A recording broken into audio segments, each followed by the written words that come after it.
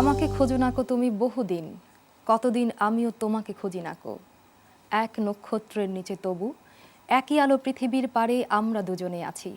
পৃথিবীর পুরনো পথের রেখা হয়ে যায় ক্ষয়, প্রেম ধীরে মুছে যায়, নক্ষত্রেরও একদিন মরে যেতে হয়। প্রিয় দর্শক, আকাশ থেকে তারকারা ঝরে পড়ে, মাটির নিচে তারকারা ঝরে যায়। ভুল শুদ্ধর হিসেব তখন কী বা কাজে আসে?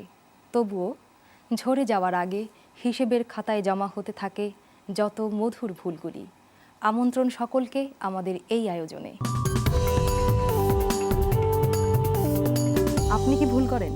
পাগল মানুষ ভুল করবে না, কিন্তু আমরা যারা একটু লেখালেখি করি বা শিল্প সাহিত্য করি বা এই করি, এরা আবার একটু মানে বুদ্ধি বেশি, তো কারণ বেশি ভুলের সামনে দাঁড়ানো যায় না। আমরা পাপ করি, পাপকে যুক্তি দিয়ে পুণ্যে রূপান্তরিত করি যাতে বাঁচতে সহজ বোধ করা যায়। হ্যাঁ, তো যার ফলে যেটা হয়, আমি তো প্রচুর ভুল করি এবং প্রচুর ভুল করার পরে তখন যেটা হয় যে ভুলটাকে প্রচুর যুক্তি দিয়ে ভালোভাবেই পারি পুণ্যে রূপান্তরিত করতে। আর যদি বেশি দেখি দাঁড়াতে পারছি না, তখন করি কি ওইটাকে স্লিপ কাটি যে ঠিক আছে, মানুষই তো ভুল করে। মধুর ভুলের গল্পে যাওয়ার আগে আমার জীবনে একটি কষ্টের গল্পের কথা বলি, যা আমাকে এখনও রক্তাক্ত এবং তাড়িত করে। এর চাইতে হয়তো ভয়াবহ কিছু আছে জীবনে ঘটেছে তা না, সেটা হলো আমরা এপ্রিল ফুল বলে একটা জিনিস আমরা অল্প বয়সে পালন করতাম। তখন ব্যাপারটার অর্থ বুঝতাম না। একজন বৃদ্ধ এবং বৃদ্ধা আমাদের পাড়ায় থাকতেন। তারা খুবই দরিদ্র এবং না তাদের সন্তান ছিল এবং না খেয়ে থাকতো, উপোস থাকতো তারা তো বেশিরভাগ সময়। তা আমরা করলাম কি, আমরা কয়েকজন বন্ধু বান্ধব মিলে আমরা বালু আর এইসব নিয়ে পোলাও কোরমা বানিয়ে করলাম কি, ইয়েতে একটা বাটিতে করে ঢেকে নিয়ে গেলাম। নিয়ে যাওয়ার পর বললাম যে চাচা, আমরা না আপনার জন্য পোলাও রান্না করে নিয়ে এসেছি। উনি করেন কি, বউকে ডাকছেন, খাদিজা ও খাদিজা দেখো আজকে পোলাও লইয়া এসে, কি ভাগ্য আমাদের। আমার তখন ক্লাস 6 না 7 পড়ি আমি। উনি মহিলা হাসতে হাসতে পোলাওয়ের বাক্স খুলে দেখেন বালু। এইটা যে কি কষ্ট করে আমার জন্য। তারপরে আমি সেটা শুধরানোর চেষ্টা করছি। পরে আমি বাসায় এসে যখন খুব কাঁদছি, তখন আমার আব্বা আবার ওনাকে হয়তো খাওয়াইছেন, কিন্তু সেই মুহূর্তটা তুমি কল্পনা করো, যখন দেখলেন এমনি ওনার হাসিটা যে কী ছিল। ও মা, তোমরা দুষ্টুমি করছো আমার সঙ্গে। ওনার চোখও ছলচল করছে, পোলাও খেতে চাইছিলেন আর আমরা এপ্রিল ফুল করতে গেছি। তো সেই ভুলের কথা জানতে চাই, যে ভুল এখন মধুর হয়ে বাজে। সেটা হলো, ধরা যাক এই 3-4 বছর আগে আমি আমার কন্যা অর্চি আমরা ঠিক করলাম, আর আমার মানে কন্যার একজন ফ্রেন্ড ফয়সলের নাম, বা আমার ছেলের মতনই বা আমার বন্ধু এরকমই, আমরা 3জন মিলে ঠিক করলাম যে আমরা এইবার 31st আমরা কলকাতায় পালন করব। কলকাতায় পালন করতে গেলে আমার হাজব্যান্ড তো অ্যালাউ করবে না যে তোমরা 3জন মিলে কলকাতায় গিয়ে 31st করবে। আবার তাকে বলতে গেলে সেও তো সময় পাচ্ছে না। এখন যশোরে ওই ছেলেটার বাড়ি। এখন করলাম কি, আমার মেয়েকে বলে আমরা পাসপোর্ট ভিসা লুকিয়ে করলাম। আমি আর আমার মেয়ে দুজন চোট্টামি করলাম আমার হাজব্যান্ডের সঙ্গে করে। আমরা বললাম কি আমরা যশোর যাচ্ছি। তারপর বলি কি, নেটওয়ার্ক কাজ করে না কেন। আমরা বললাম ওখান থেকে অনেক দূর গ্রামে চলে যাব, মানে তারপরে ওখানে নেটওয়ার্ক কাজ করবে না হয়তো। তারপর সেখান থেকে আসলে বর্ডার ক্রস করে আমরা ওই প্রথম কলকাতার, আমি কোনোদিন কিন্তু ডান্স পার্টি আটারি দেখিনি। আমি, আমার মেয়ে, ও, তারপরে কলকাতার এক ঝাঁক বন্ধু সারা রাত ধরে পার্টি অনুষ্ঠান, তারপরে 31st করে পরে গানের পর গান, কবিতার পর কবিতা, এই সমস্ত কিছু আমরা এনজয় করতে করতে ঘুমিয়ে পড়লাম একটা জায়গায়, যে কোনো জায়গায় কি কোথায় ঘুমাচ্ছি। এইটা ধরা খেলাম 6 মাস আগে। আমার এরপরে পাসপোর্ট ধরবে না, আমার মেয়েটা হঠাৎ করে আমার উপর ক্ষিপ্ত হয়ে হঠাৎ করে তার বাবাকে আমার গোপনতা ফাঁস করে দিল। ফাঁস করার পর তো আমার হাজব্যান্ড, যে তুমি যদি মা হয়ে মেয়ের সঙ্গে এইসব করো, গিয়ে তোমরা 31st আবার ডান্স পার্টিতে গিয়ে মেয়ের সঙ্গে এক গাদা ছেলের সঙ্গে গিয়ে পার্টি করে আসছো, আবার 3 বছর আগে একদিন মেয়েটা লুকিয়ে রেখেছে, তুমি মা হয়ে যদি মেয়ের সঙ্গে ই করো, মেয়ে কী করে সুশিক্ষা পাবে? আমার কি আরে আমার মেয়েকে আমি গলা চেপে বলছি, তুই বেইমানি করছিস, জীবনে যদি তোর সাথে আমি কিছু করেছি। আর তারপরে এটা নিয়ে অনেক সাফারিংয়ের মধ্যে গেছি আমি, কিন্তু তারপরে ওই যে আমরা কাটিয়ে এসেছি স্মৃতিটা, সেটা অসাধারণ। সেই 31st স্মৃতিটা অসাধারণ।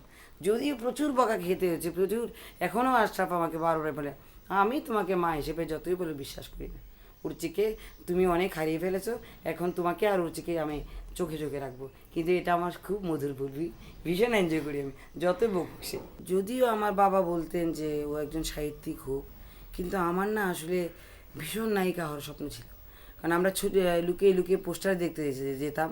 তারপরে এমনও মনে আছে আমার যে আমি আর ওই যে আমার বান্ধবী রুবি, আমরা ওই সিনেমা দেখতে গেলাম, টিকিটের দাম, দুটো টিকিটের দাম 1 টাকা।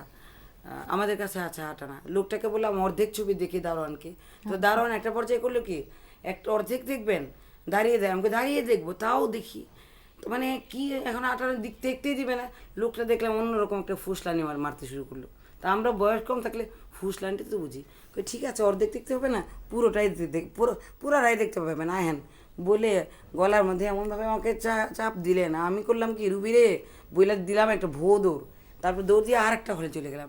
তখন নায়িকা প্রিয় কবরী, ববিতা, ওদের দেখলাম পোস্টার দেখে দেখে বললাম কি, রুবি বলে তুই না দেখতে সুন্দরী, তুই নায়িকা হতে পারবি। আমি বললাম নায়িকা হতে পারবো, আমার ফ্যামিলি থেকে তো মেরেই ফেলবে। কই তুই আর একটু বড় হতে হতে তখন তোর ফ্যামিলি এইসব ঝামেলা করবে আপা, না। আপনি কিন্তু আজ আমাদের সাহিত্যের নায়িকা।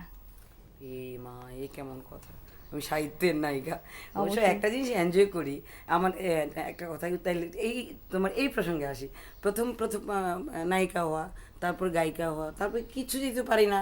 মানে ঘর সংসারে অনেক ঝামেলা, নায়িকা হতে গেলে দিবে না সংসার, আর গায়িকা হতে গেলে হারমোনিয়াম উস্তাদ। যার ফলে পাঠ্য খাতা থেকে বসেছে, মানে লেখালেখিটা হলো আমার থার্ড মাধ্যম, মানে কিছু করতে হবে এই জন্য। কারণ সাহিত্যের নায়িকা বলতে গেলে একটাই জিনিস আমি মজা পাই। আমি যখন বইমেলায় যাই, তখন সবাই যখন বলে কেউ, এইবার কিন্তু বইমেলা একটা মজার ঘটনা ঘটেছে, যে আমি এক একদিন কি যে রবীন্দ্রনাথের টাইপের এক একটা পোশাক ঝালর করে পরছি, সারা বছর ঘর থেকে বেরোই না, তো এক একদিন এক এক রকম দুল পরছি, পোশাক পরছি। কেউ যদি বলে যে আপনাকে খুব একটু সাহস করে একটা কথা বলি, তাহলে কি সাহস করে কী বলবো, কোন ইয়াং ছেলে, আপনাকে না আমার খুব সুন্দরই লাগছে খুবই, আমাকে এটা সাহস করে বলার, জোরে বলো। আরে লেখা ভালো শুনছি তো, আরও জোরে বলো। লেখা আমার এখন লেখা ভালো চাইতে দেখা ভালো, শুনতে ভালো লাগে, বয়স বাড়ছে তো। বয়সের চেয়েও বেশি প্রকাশিত গ্রন্থ, আর যদি লেখকের বয়স ধরি তবে তার চাইতেও বেশি। এটা কি করে সম্ভব? বেশিরভাগ পাঠক বা মানুষ জানে যে আমি খুব কম লিখি। মানে আমি ইন্টারভিউ বলি বছরে 1টি বই। তখন অনেকে বলে আপনার বয়স যদি 42 হয়, তাহলে আপনার গ্রন্থ সংখ্যা 45টি বা 42টি কী করে হলো? তো এই জটটা মেলাতে পেরে অনেক খুঁজে বের করলাম ঘটনাটা কী। তো পরে যেটা হলো যে আমি আসলে সবই আমার খুব আগে শুরু হয়েছে। ক্লাস 4-এ যেহেতু আমার প্রথম গল্প ছাপা, তারপর ক্লাস 6-এ প্রথম ঢাকাতে পত্রপত্রিকা লেখা ছাপা, তারপরে ইন্টারমিডিয়েটে আমার আসলে নিরন্তর চর্চার পরে প্রথম পর 5টি গল্পের বই বেরিয়ে পড়েছে। তখন 80-র দশকে কারো বই বেরোয়নি। তো 93 সালে রুক্কু যখন বেরোয়, তারপর থেকে আমি আস্তে আস্তে সাবধানী হয়ে গেলাম। বছরে আমার এরপর 93 থেকে এই পর্যন্ত বছরে আমি বলা যায় একটা সময় অনেক যুদ্ধ করতে হয়েছে, পরিবার, সংসার, যুদ্ধ। আপা, একটু বই নিয়ে জানতে চাচ্ছি। সেটা হচ্ছে আপনার অনেক বইয়ের মধ্যেই, যেমন উড়ুক্কো, ঈশ্বরের বাম হাত, তারপরে রূপবতী। তো এই রূপবতী আমার মঞ্চ নাটক, শঙ্খ নর্তকী। আচ্ছা, শঙ্খ নর্তকী। এই এই বইগুলোর মধ্যে যে চরিত্রগুলো বিভিন্ন পরিবেশের মধ্যে বেড়ে উঠছে, হ্যাঁ, তো আপনি যদি আপনার ছোটবেলার ঘটনা যদি আমাদেরকে একটু বলেন যে কিভাবে বেড়ে উঠেছিলেন। আমার আসলে শৈশবটা খুব অদ্ভুত, মানে অন্য কারোর শৈশবের সঙ্গে মিলবে না। এটা বোধহয় একদিক থেকে ভালোই হয়েছে। যেমন আমাদের ময়মনসিংহ শহরে আমরা মানে সাধারণত মফস্বলে খুব ধর্মপরায়ণ ব্যাপারটা থাকে।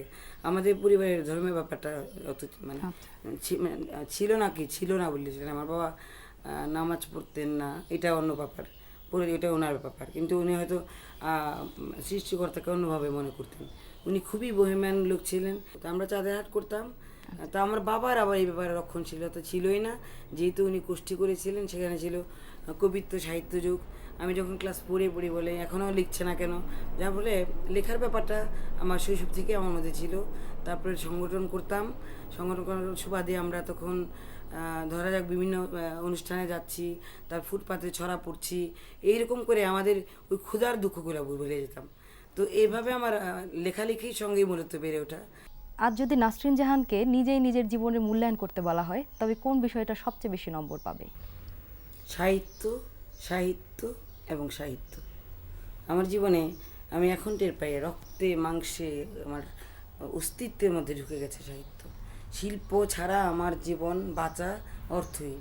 আমাকে যদি এমন বলা হয় যে অবস্থা তৈরি হয়ে যায় আমাকে মানে এরপর বাকি জীবন আমি শিল্প করতে পারবো না, আমি মানে মৃত্যুকে বেছে নিতে পারবো। সাফল্যের সিঁড়িগুলি মারিয়ে খ্যাতির যৌবন পেরোনোর মুহূর্তেও তার মনে হয় জীবন সে তো ভুলে ভরা এক জীবনেরই আখ্যান। ঔপনিবেশিকতার আধিপত্যে সুন্দরের ধারণা যখন মননকে ছুঁতে পারে না, দেহের রূপ যখন মননের গুণকে পরাজিত করে, সুন্দর যখন পরাজিত হয় অসুন্দরের কাছে, স্রোতের বিরুদ্ধে ঘুরে দাঁড়ান তিনি। আমাদের সময়ে ঘুরে দাঁড়ানো এক উজ্জ্বল তারকার মুখচ্ছবি, যিনি অকপটে নিজেই দাঁড়িয়ে যান ভুলের আয়নার মুখোমুখি। শুরুতে আপনার কাছে জানতে চাইব, আপনি কি ভুল করেন? হ্যাঁ, ভুল করি মানে সারাক্ষণই ভুল করি, ভুলে ভরা জীবন। আচ্ছা, তাই। একজন অভিনেতা, নির্দেশক এবং লেখক আজাদ আবুল কালাম, তার বেড়ে ওঠা কেমন ছিল? আমার বেড়ে ওঠা আসলে রেল লাইনের ধারে। রেল লাইনের ধারে এই অর্থে আমার জন্ম হচ্ছে মুগদাপাড়া, মানে কমলাপুর স্টেশনের পাশে। আচ্ছা। আর ছোটোবেলায় কমলাপুর স্টেশন ছিল আমাদের কাছে বিস্ময়। ওখানকার এই কুঝিঝিঝি রেলগাড়ি, পাশাপাশি হাজার রকমের মানুষ, রেলওয়ের মানুষ এবং দূর দূরান্ত থেকে আসা মানুষ। আর ঠিক স্টেশনের পাশে রেল লাইনের ফাঁকে ফাঁকে বিশাল বিশাল মাঠের মতো জায়গা, যেগুলো ছিল আমাদের খেলার জায়গা। আর ছিল নানান রঙের পাথর কুড়ানো। এগুলো একদম নেশার মতো ছিল ছোটোবেলা। এই জন্য আমি মনে করি আমি আসলে রেল লাইনের পাশে বেড়ে ওঠা একটা ছিল। আপনাকে এখন আমরা জানি একজন নাট্য নির্দেশক, একজন অভিনেতা, একজন লেখক, কিন্তু আপনি পড়েছেন গণযোগাযোগ বিভাগে। তো অভিনয় বা এই জগতে আসলেন কিভাবে, এটা যদি আমাদের একটু বলেন। এটা হচ্ছে আসলে ইচ্ছে করে আসা, তাই না? আচ্ছা। মানে আমি যখন স্কুলে পড়তাম, আমি আসলে কখনো জানি না আমি আসলে কী হতে চেয়েছিলাম। আর আরেকটা ব্যাপার হচ্ছে যে আমি একটু বোকাশোকাও ছিলাম। সেই মানে বোকাশোকা ছেলেদের খুব একটা এইম ইন লাইফ বলতে কিছু থাকে না। আর আরেকটা জিনিস হচ্ছে যে আমি কখনোই মানে কোনো চ্যালেঞ্জ নিতে চাইতাম না। আমি কখনো খেলাধুলা যেগুলিতে ফার্স্ট সেকেন্ড থার্ড হতে হয় ওসব জায়গায় আমি পার্টিসিপেটও করতাম না, কারণ আমার মনে হতো যে ওখানে যাওয়াটা বোধহয় একটু, আমি খুব শাই ছিলাম আর কি। আর ওই যে গণযোগাযোগ বললেন, গণযোগাযোগ ওই একই কারণে, মানে আমি যখন পড়তে চেয়েছি তা না, ওখানে চান্স পেয়েছি এই কারণেই ওখানে পড়া, এছাড়া কোনো কারণ নেই। না, অভিনয়ে আসার গল্পটা যদি একটু বলেন আমাদের। অভিনয় আসার গল্প, সেটা আমি কখনো অভিনেতা হতে চাইনি। আমার মানে যেহেতু আমি প্রথমেই বললাম যে আমি শাই ছিলাম, আমার তোতলামি ছিল, যার জন্য অভিনেতা কখনো হতে চাইনি। আমার একটা সময় স্পেশালি যখন আমি কলেজে পড়তাম তখন আমি লেখালেখি করার চেষ্টা করতাম, এবং একটা পর্যায়ে এই লেখালেখি করতে করতেই আমার আরও কিছু বন্ধু বান্ধব হয়। তাদের মধ্যে একজন আছে হচ্ছে মাসুদ আলী খান। আচ্ছা। ও হঠাৎ করে আরণ্যকে জয়েন করলো, এবং ও তখন আমাদের বাসায় থাকতো ঘটনার চক্রে, এবং ও বিকেলবেলা রিহার্সেলে যেত, সন্ধ্যায় বাসায় ফিরে এসে নানান ধরনের গল্প করতো রিহার্সেলে, এবং ও বলতো যে তুই আয় থিয়েটার কর। তা আমি আসলে থিয়েটারে ওর সাথে গিয়েছিলাম, আরণ্যকে গিয়েছিলাম অভিনেতা হওয়ার জন্য না, থিয়েটার রিলেটেড লেখালেখি যদি করা যায়। এবং আমি দেখলাম যে নাটক, রাস্তা নাটক দেখলাম, তখন আমার মনে হয় যে নাটক লেখা যদি যায় এটা একটা বেশ ভালো ব্যাপার হতে পারে আর কি। কিন্তু থিয়েটারে যাওয়ার পর দেখলাম যে থিয়েটারের সবচেয়ে আকর্ষণীয় জিনিস আসলে অভিনয়। যেমন আমার কাছে মনে হয় হ্যামলেটের ভালো একটা অভিনয় করতে পারা শেক্সপিয়ারের হ্যামলেট লেখার সমান, এরকম একটা অনুভব আমার মধ্যে হলো। এবং অভিনয়টা সেই ঘটনার চক্রে একজন অভিনেতা আরণ্য নাট্যদলে তখন দল ছেড়ে দিলেন। তো হঠাৎ করে তার নাটকের একটা শো করলো ঘোড়াশাল চার কারখানায়, ওটাকে আমরা বলতাম কল শো। ওখানে একটা চরিত্র আমাকে করতে বলা হয়, এবং আমি মানে একজন আমাদের তখনকার অভিনেতা এবং আমার একজন শিক্ষকও বটে আজিজুল হাকিম, উনি আমাকে বললেন যে আচ্ছা ঠিক আছে আমি তোকে রিহার্সেল করাবো। তো উনি আমাকে রিহার্সেল করালেন, এবং আমি ওই যাত্রায় প্রথমে পার পেয়ে গেলাম আর কি। কিন্তু পার পাওয়ার পাশাপাশি আমি মঞ্চে যখন ছিলাম তখন আমার মনে হলো যে পাওয়ার, স্টেজের পারফরমেন্সের যে পাওয়ার, এটা আসলে অন্যরকম।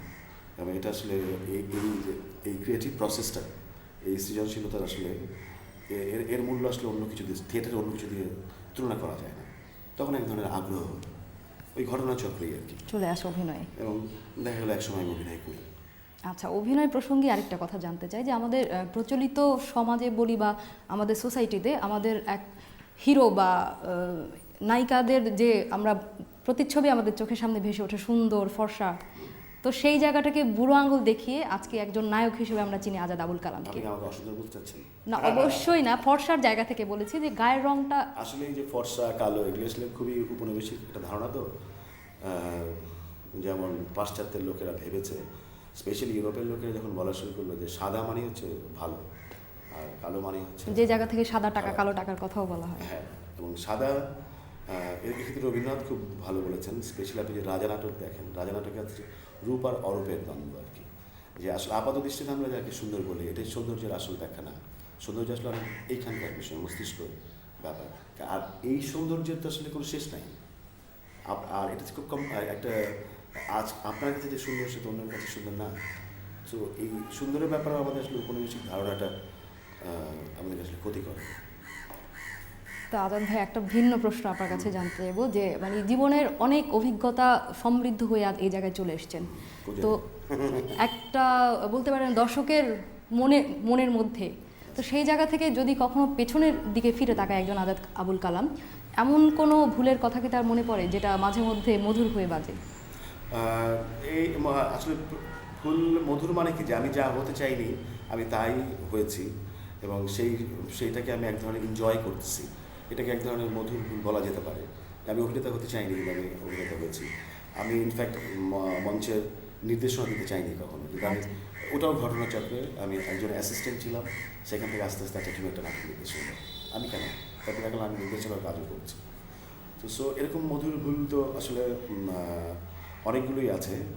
আর পাশাপাশি মধুর ভুলের মধ্যে আরেকটা আছে যে মানে এই মোমেন্টটা আমার মনে পড়ছে, আমার প্রথম রিহার্সেলে যখন একটা নাটকে আমি কোরাসে বসে থাকতাম, তো ওখানে একটা লাঠি দিয়ে দৌড় দেওয়া ছিল, একটা লাঠি দিয়ে একটা ফেক মানে মিথ্যা বাড়ি দেওয়া ছিল।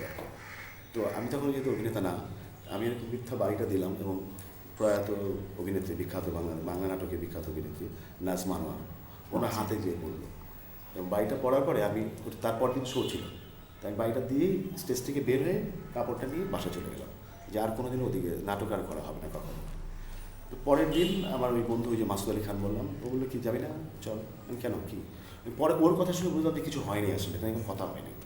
এবং যাওয়ার পরে শুধু নাজমানা বললেন যে যদি বাড়িটা যদি আমার হাতে না পড়ে মাথায় পড়তো, আর হাতে যদি আমার লোহার চুড়ি না থাকতো, ওনার কথা কি লোহার টাইপের চুড়ি ছিল এবং চুড়িগুলি ভেঙে গিয়েছিল, মানে ওটা একটা বিশাল স্মৃতি। এবং এটা উনি অনেক কিছু বলতে পারতেন, কিছু এইটুকুই উনি বলেছিলেন যে যদি হাতে যে লোহার চুড়িটা না থাকতো তাহলে তো আমার হাত ভাঙতো, আর কোনো কারণে যদি মাথার উপরে পড়তো তাহলে কী হতো। বড় হতে হতে আর কি ভুল জামা পড়েছে আপনার? আমরা বড়ই হয়েছে আসলে ভুলের মধ্যে। যেমন আমি যেদিন শেষ ম্যাট্রিক পরীক্ষা দিই, সেদিন স্বৈরাচারী এরশাদ ক্ষমতায় আসেন, এবং উনি 10 বছর ছিলেন বাংলাদেশে, এবং আমরা বড় হয়েছি এটা বিশাল ভুলের মধ্যে। কারণ আপনি চিন্তা করেন, ম্যাট্রিক যেদিন দেয়, পরীক্ষা যখন ছেলেরা দেয়, তখন তাদের আসলে অনেক স্বপ্ন তৈরি হয়। ঠিক স্বপ্নের পুরো সময়টায় আমি যখন বিশ্ববিদ্যালয় থেকে বেরোই, তখন সে বিতাড়িত হলো আর কি। এই যে স্বৈরাচারের ভুল, সেই ভুলের বলে কিন্তু আমরা হয়েছি একটা বিশাল জেনারেশন, এবং তার অনেক কুকীর্তির কথা বলা হয়। তার সময়কার অন্যান্য, উনি তো একা ছিলেন না, ওনার সাথে আরও লোকজন ছিলেন, তার সাঙ্গপাঙ্গ, এবং কাদেরই কিন্তু কারোই কিন্তু বিচার হয়নি যে এত বড় একটা বেশ বিশাল একটা জেনারেশন ওই সময়কার স্বৈরাচারের মধ্যে বড় হয়েছে। এবং আমার মনে আছে যে আমরা আড্ডা মারতে পারতাম না কোথাও, পুলিশ এসে আমাদের ধরে নিয়ে যেত, এবং একটা সবসময় ত্রস্ত থাকতে হতো, একটা ভয়ের মধ্যে থাকতে হতো যে কখন কোথায় কী হয়ে যায়। এবং আমার লাস্ট পরীক্ষার দিন মনে আছে যে ওই দিন স্বৈরাচার আসলো, এবং ওই দিন আমার মনে আছে যে আমরা যখন বাসায় ব্যাক করি, তখন শুনতে পাচ্ছিলাম যে রাস্তায় আর্মিরা চুল কেটে দিচ্ছে ধরে ধরে। এবং তখন যে কোনো কারণে আমার 3-4 বন্ধু ম্যাট্রিক পরীক্ষা মিলে আমাদের চুলগুলো একটু বড় বড় ছিল, আমরা খুব শঙ্কিত ছিলাম। আমাদের মনে আছে যে আমরা ঘুরে ঘুরে অনেক পথ ঘুরে বাসায় গিয়েছিলাম, কারণ আমরা শুনেছিলাম যে ধরে ধরে চুল কেটে দেওয়া হচ্ছে। এটা খুব প্রতীকী, কিন্তু চুল কেটে দেওয়া মানে হচ্ছে মানুষের স্বাধীন সত্তাকে নষ্ট করে দেওয়া, যে তুমি তোমার মতো থাকতে পারবে না। এবং এত বড় ভুলের মধ্যে আমরা বড় হয়েছি। তো আমার ব্যক্তির ভুল অথবা 2-4 জন মানুষের ভুল তো কোনো ভুলই না। এই মুহূর্তে আপনাকে যদি আপনার নিজের সম্পর্কে মন্তব্য করতে বলা হয়, তাহলে কি মন্তব্য করবেন? একরকম বলা যেতে পারে যে আসলে আমি বা আমরা আমাদের আসলে বিকাশ হওয়া বলতে যা বোঝায় সেটা আসলে হয়নি। আমাদের আমরা যেভাবে বড় হয়েছি সেভাবে মানে সত্যিকার অর্থে মানুষ বিকশিত হতে পারে না। আর আমি মনে করি আমার অনেক সম্ভাবনা ছিল, এবং এও আমি মনে করি যে আমি যখন ক্লাস 8-9-এ পড়ি তখন আমি আমি ধরেই নিয়েছিলাম আমি একদিন নোবেল লরেট হব। এবং আমি দেখেছি যে আমার বন্ধুরা অনেকেই এরকম ভাবনা ছিল, যারা লিখতো, যারা অন্যান্য ক্রিয়েটিভ চিন্তাভাবনা যারা করতো, এবং যে বিজ্ঞান নিয়েও যে ভাবতো, যে পড়াশোনায় খুব ভালো ছিল, তারাও ভাবতো যে এরকম বড় বড় কিছু হবে। এই আমাদের স্বপ্নগুলো মানে আমাদের অজান্তে আসলে চুরি হয়ে গেছে। সেই চুরি হওয়ার পেছনে ক্ষুদ্র ক্ষুদ্র টোপ আমাদের চারিদিকে ঝুলিয়ে দেওয়া হয়েছে, যেটাকে বাজার অর্থনীতি বলছে আর কি, যে আপনি কী চান সব আপনার নাকের ডগায় কাছের কাছে চলে আসবে। ফলে হয়েছে কি যে আমরা আসলে অনেক দূর পর্যন্ত আর দেখতে পাই না, এবং যার জন্য আমি দেখেছি যে অনেক ব্রিলিয়েন্ট লোক খুব অল্পতে বিক্রি হয়েছে, স্বপ্ন নষ্ট হয়েছে।